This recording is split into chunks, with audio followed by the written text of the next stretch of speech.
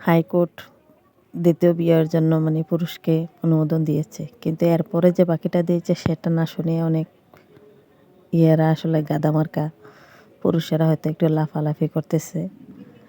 High court দিয়েছে ঠিক, কিন্তু এর মাঝে যে সাক্ষী আছে, যে মেয়ের পক্ষের সাক্ষী একজন লাগবে, মেয়ের পক্ষের, তারপরে লাগবে ছেলের পক্ষের। ওরা অনুমোদন দিলে তারপরে, আর মেয়ে সাক্ষী দিলে দেখ আর না দেখ। বিশেষ করে এখন হাইকোর্টের যে আইনজীবী কথাটা বলেছে, ওনার কথাগুলো অনেক ভালো লেগেছে। যে আগে যদি মাসে 100টা বিয়ে হতো, এখন হবে 10টা, কারণ এখন আইনটা আরও কড়াকড়ি করেছে। কিছু আসলে আমরা না বুঝতে পেরে আসলে শুধু লাফালাফি করি।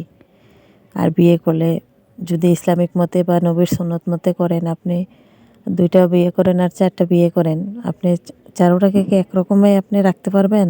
সেটা ছিল নবীজির যুগে, যেটা নবীজি তো ছিলেন মহামানব, যিনি সবাইকে সমানভাবে দেখেছেন। আপনিও ওনার মতো দেখতে পারবেন? আপনি ওনার জায়গায় যেতে পারবেন? উনি কোন প্রেক্ষাপটে কোন বিয়ে করেছে সেটা না নিয়ে, চিন্তা ভাবনা না করে, আপনি শুধু খালি 4টা বিয়ে ফরজ এই সেই নিয়ে চিন্তা ভাবনা করলে হবে না। চিন্তা ভাবনা করতে হবে আপনি একটা দিয়ে সন্তুষ্ট। নবীজিও বলে গেছে, একটা দিয়ে একটাকে যে খুশি করতে পারলো না, সে 4টাকে কীভাবে খুশি করবে? আর আপনার এখনকার যুগের যেই স্ত্রী আর যেই স্বামী, আপনার 4টা যদি স্ত্রীও আপনি 4টাকে, নবীজি বলছে যে এক সমানভাবে দেখতে, তাহলে আপনার 4টা স্ত্রীর পছন্দর কালার যে এক হবে তা কোনো কথা না।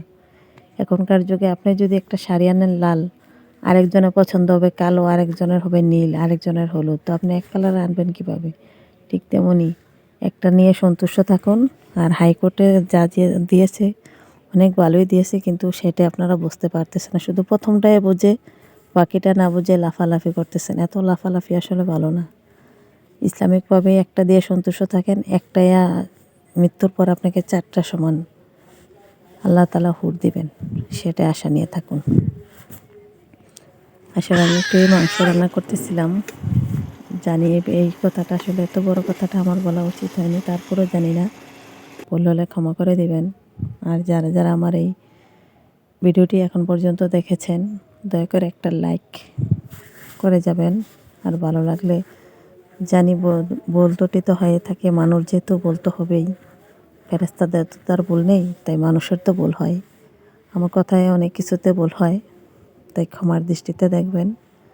ভালো লাগে একটা লাইক কমেন্ট করে পাশে থাকবেন। আর যদি এই ভিডিওটি আপনার কাছে একান্তই ভালো লাগে, তাহলে একটু ভিডিওটি শেয়ার করে দিতে পারেন। না হয় ভালো না লাগলে শেয়ার করার কোনো প্রয়োজন নেই। আমার এই এতটুকু এই ভিডিওটি দেখার জন্য অসংখ্য অসংখ্য ধন্যবাদ। আসসালামু আলাইকুম ওয়া রাহমাতুল্লাহি ওয়া বারাকাতুহু।